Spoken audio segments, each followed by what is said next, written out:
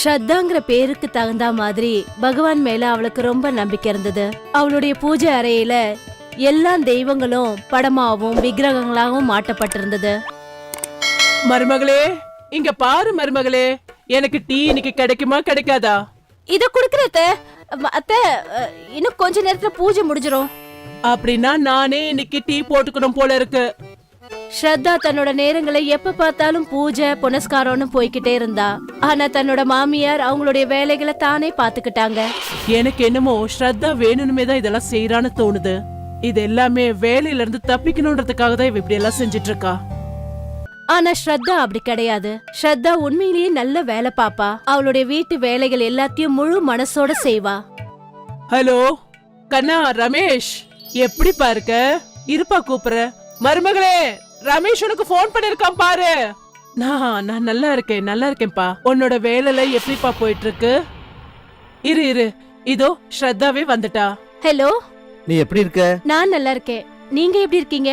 உங்க உடம்பெல்லாம் எப்படி இருக்கு? நான் நல்லா இருக்கேன். நீ தான் எனக்காக நிறைய பூஜை பண்ணிட்டு இருக்கியே, அதுக்கப்புறம் எனக்கு என்னதான் ஆகும் சொல்லு. சரிங்க, நான் உங்களுக்காக எல்லாம் கடவுள்கிட்டயும் தினமும் பிரார்த்தனை பண்ணிட்டு இருக்கேன். எனக்கு நம்பிக்கை இருக்கு, நமக்கு எல்லாமே நல்லதுதான் நடக்குங்க. சரி ஓகே. ரமேஷும் ஸ்ரத்தாவும் எப்பவுமே போன்ல தான் பேசிக்கிட்டு இருப்பாங்க. ஏன்னா ரமேஷ் வெளியூர்ல வேலை பார்த்துக்கிட்டு இருந்தாரு. அவர் வருஷத்துக்கு ஒரு தடவை தான் வீட்டுக்கு வருவாரு. ஒரு நாள் என்ன நடந்துச்சுன்னா, ஸ்ரத்தா கோவிலுக்கு போனா. கடவுளே, இந்த வருஷம் ரமேஷ்க்கு ப்ரமோஷன் கிடைக்கணும், அவர் கம்பெனிக்கு மேனேஜர் ஆகணும். நான் உங்களுக்கு 101 தேங்காய் உடைக்கிறேன். ஸ்ரத்தாவோட இந்த வேண்டுதல ஒரு சாமியார் கேட்டுக்கிட்டு இருந்தாரு. ஆஹா, நம்மளுக்கு புது தீனி கிடைச்சிருக்கு. ஸ்ரத்தா கோவிலை விட்டு வெளியே வந்தா.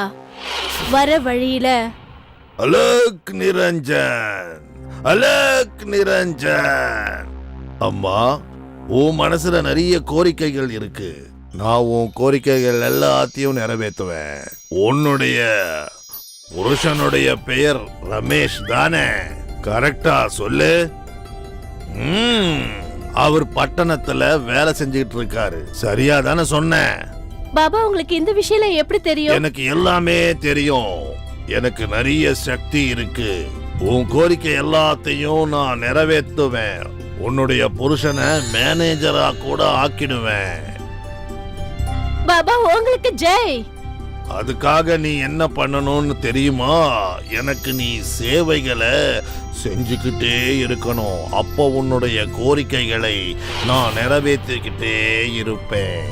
அலக் நிரஞ்சன். சரி சாமி. ஸ்ரத்தா அவரை கூட்டிக்கிட்டு அவங்க வீட்டுக்கு போனா. என்ன மருமகளே இது? இந்த பாபாவை வீட்டுக்கு கூட்டிட்டு வந்திருக்க? அத்தை, இவரு சாதாரண சாமியார் இல்ல, ரொம்ப சக்தி வாய்ந்த சாமியாரு. அவருக்கு ரமேஷ பத்தி எல்லாமே தெரிஞ்சிருக்கு. அவர் கூடிய சீக்கிரத்துல ரமேஷ மேனேஜர் ஆக்குறேன்னு சொல்லிருக்காரு. என்னவா இருக்கட்டும், ஆனா தெரியாத ஒருத்தரை வீட்டுக்கு கூட்டிட்டு வரக்கூடாது.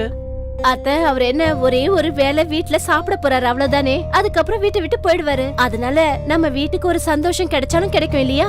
என்னமோ போ, எல்லாம் உன் விருப்பம். ஆனா ஜாக்கிரதையா இரு. ஸ்ரத்தா வீட்டுக்கு வந்த அந்த சாமியாருக்காக வகை வகையா சமையல் செஞ்சா. அந்த சாமியாரும் எல்லாத்தையும் ரொம்ப சுவைச்சு சாப்பிட்டாரு. ஆஹா, சாப்பாடு ரொம்ப நல்லா இருக்கு. ஆனா என்னுடைய வயிறு எதுக்காக வலிக்குது? இந்தாங்க சாமி, இந்த தண்ணிய குடிங்க.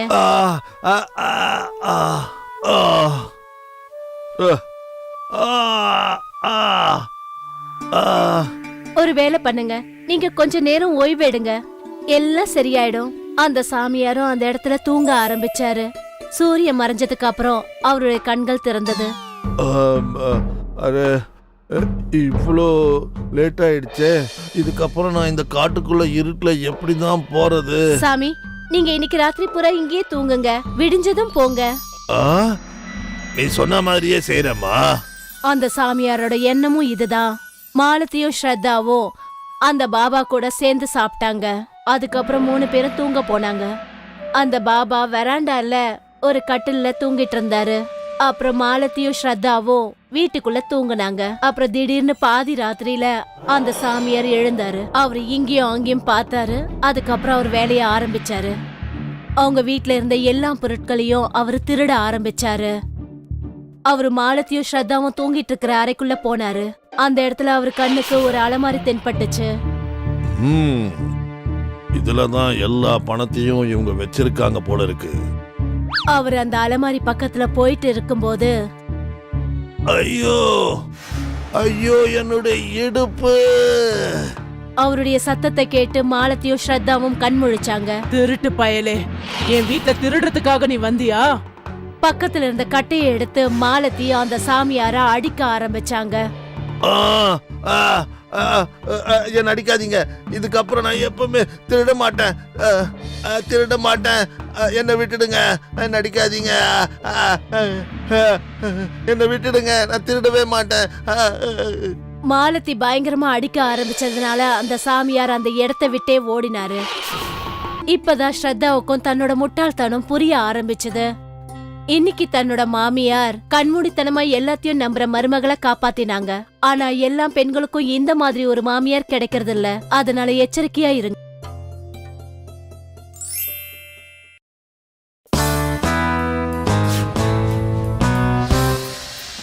ஹேமலதா அவங்க பையனோட கல்யாணத்தை நல்ல ஆடம்பரமா பண்ணாங்க. சில மாசங்களா ஹேமலதாவோட மருமக பல்லவி அவங்க மாமியார ரொம்ப நல்ல விதமா பாத்துக்கிட்டா. மருமகளே, ஒரு கப் டீ குடுமா. இதோ இப்பவே கொண்டு வர அத்தை. இத பார்த்து ஹேமலதாவுக்கு ரொம்ப சந்தோஷமா இருந்தது. கொஞ்ச நாளைக்கு அப்புறமா ஹேமலதாவோட பையன் சிட்டில வேலை செய்யறதுக்காக போயிட்டாரு. ஆனா இப்ப பல்லவியோட எண்ணமே மாறி போச்சு. மருமகளே, ஒரு கப் டீ கொடுக்க முடியுமாமா? அத்தை, எனக்கு வீட்ல நிறைய வேலை இருக்கு. உங்களுக்கு டீ வேணும்னா நீங்களே போய் போட்டுக்கோங்க. ஹேமலதாவுக்கு தன்னோட மருமகளோட இந்த மாற்றம் கொஞ்சம் கூட பிடிக்கல. இப்ப ஹேமலதாவோட மருமக அவங்களுக்கு சரியான நேரத்துல சாப்பாடும் கொடுக்கறது இல்ல. இத பார்த்ததும் ஹேமலதா தன்னோட மருமகளுக்கு நல்ல பாடம் கத்து கொடுக்கணும்னு நினைச்சாங்க. ஹேமலதா தன்னோட மருமக கிட்ட சொன்னாங்க, மருமகளே, நான் கடவுளோட தரிசனத்துக்காக நான் யாத்திரை போறேன். கொஞ்சம் மாசத்திலேயே நான் திரும்பி வந்துருவேன். திரும்பி வராம இருந்தா எனக்கு ரொம்ப நல்லா இருக்கும். தன்னோட மருமக கிட்ட சொல்லிட்டு ஹேமலதா பேகை எடுத்துக்கிட்டு தன்னோட தங்கச்சி சொர்ணலதா கூட போனாங்க. இங்க வீட்ல பல்லவி தனியா ரொம்ப சந்தோஷமா இருந்தா. கொஞ்சம் மாசங்களுக்கு அப்புறமா இப்போ சொர்ணலதா மட்டும் வீட்டுக்கு திரும்பி வந்தாங்க. மருமகளே, உன்னோட மாமியார் இப்ப இல்ல. அவங்க கடவுளை பாக்குறதுக்கு முன்னாடியே அந்த கடவுள்கிட்டயே போய் சேர்ந்துட்டாங்க. என்ன அத்தை?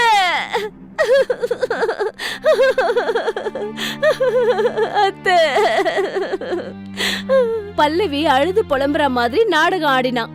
எல்லா காரியங்களும் முடிஞ்சதுக்கு அப்புறமா பல்லவி தன்னோட புருஷன் கூட ரொம்ப சந்தோஷமா இருந்தா. ஒரு நாள் பல்லவி வீட்ல தனியா இருந்தா. அப்ப அவளுக்கு ஒரு நிழல் தெரிஞ்சது. மறுநாள் ஹேமலதா பேய் ரூபத்துல பல்லவிக்கு முன்னாடி வந்து நின்னாங்க. பல்லவி சத்தம் போட்டு மயக்கமாயிட்டா. இதே மாதிரி கொஞ்ச நாளா ஹேமலதா ஒரு பேய் ரூபத்துல வந்து பல்லவிய பயமுறுத்த ஆரம்பிச்சா.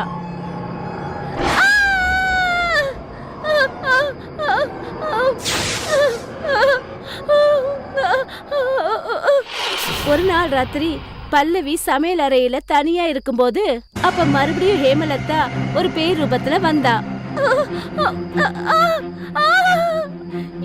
என்னங்க என்னங்க?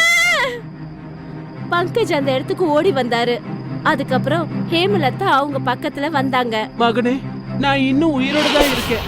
நான் மருமகளுக்கு பாடம் கத்து கொடுக்க நினைச்சேன். அதனாலதான் நான் செத்து போய் பேயா வர்ற மாதிரி நடிச்சேன். பாடம் கத்து கொடுத்தீங்களா? எதுக்கு? மருமகளே, இப்ப பங்கஜுக்கு உண்மையை நீ சொல்றியா இல்ல நான் சொல்லட்டா? என்னங்க, நீங்க போனதுக்கு அப்புறம் நான் உங்க அம்மா கிட்ட ரொம்ப கடுமையா நடந்துக்கிட்டேன். அதனால அவங்க யாத்திரை போறதுக்கு நானே ஒரு காரணமா ஆயிட்டேன். நீ இந்த மாதிரி பண்ணுவேன்னு நான் எதிர்பார்க்கவே இல்லை. அம்மா, இவ இந்த மாதிரி பண்ணதுக்கு நான் உங்ககிட்ட மன்னிப்பு கேட்கறேன்.